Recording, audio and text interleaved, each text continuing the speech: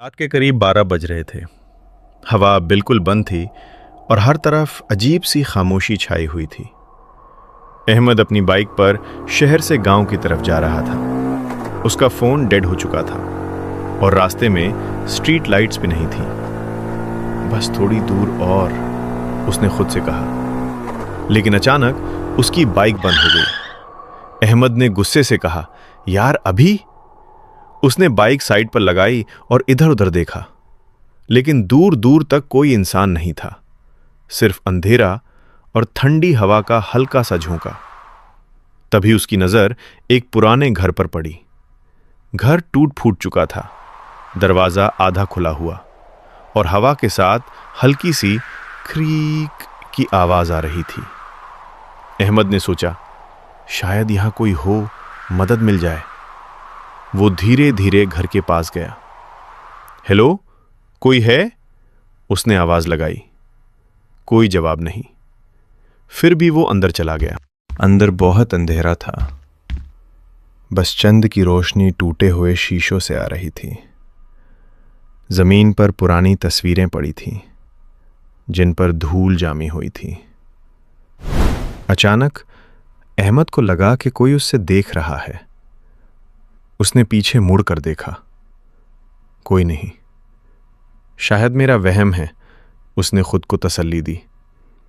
लेकिन फिर थक थक थक, ऊपर से कदमों की आवाज आई। अहमद का दिल जोर से धड़कने लगा। कौन है ऊपर? उसने डर से पूछा। कोई जवाब नहीं, सिर्फ खामोशी। अहमद ने हिम्मत की और धीरे धीरे सीढ़ियां चढ़ने लगा।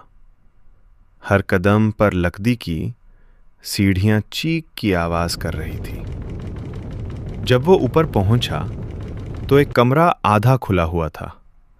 अंदर से हल्की सी रोशनी आ रही थी। अहमद ने दरवाजा धक्का दिया।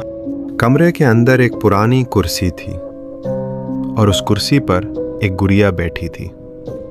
उसकी आंखें सीधा अहमद की तरफ देख रही थी। अहमद ने हल्की सी हंसी निकाली। ये सब बस बच्चों का सामान है। लेकिन जैसे ही वो पेलता, कुर्सी खुद हिलने लगी। अहमद ने झट से पीछे देखा। गुड़िया अब कुर्सी पर नहीं थी। आमिर के कान के पास किसी ने धीरे से कहा, तुम यहां क्यों आए हो? आमिर का जिस्म सूं हो गया। उसने धीरे से पीछे देखा और उसकी चीख निकल गई। वही गुड़िया उसके बिल्कुल पीछे खड़ी थी, लेकिन अब वो गुड़िया नहीं लग रही थी। उसका चेहरा फटा हुआ, आंखों से काला पानी निकल रहा था। अहमद सीढ़ियों की तरफ भागा, लेकिन सीढ़ियां अब लंबी होती जा रही थी, जैसे वो कभी नीचे पहुंच ही नहीं सकता। हर तरफ से हंसी की आवाज आ रही थी। अहमद गिर गया और उसके सामने एक पुरानी डायरी खुली। उसमें लिखा था, जो भी इस घर में आता है वो कभी वापस नहीं जाता। यहां एक छोटी लड़की की रूह रहती है, जिसे लोगों ने यहीं मार दिया था। अहमद ने डायरी बंद की और धीरे से ऊपर देखा। गुड़िया फिर उसके सामने थी। इस बार उसका चेहरा बिल्कुल पास था। उसने धीरे से कहा, अब तुम भी यहीं रहोगे? उसके बस अंधेरा रह गया। सुबह लोगों ने अहमद की बाइक रास्ते के पास देखी, लेकिन अहमद कभी नहीं मिला।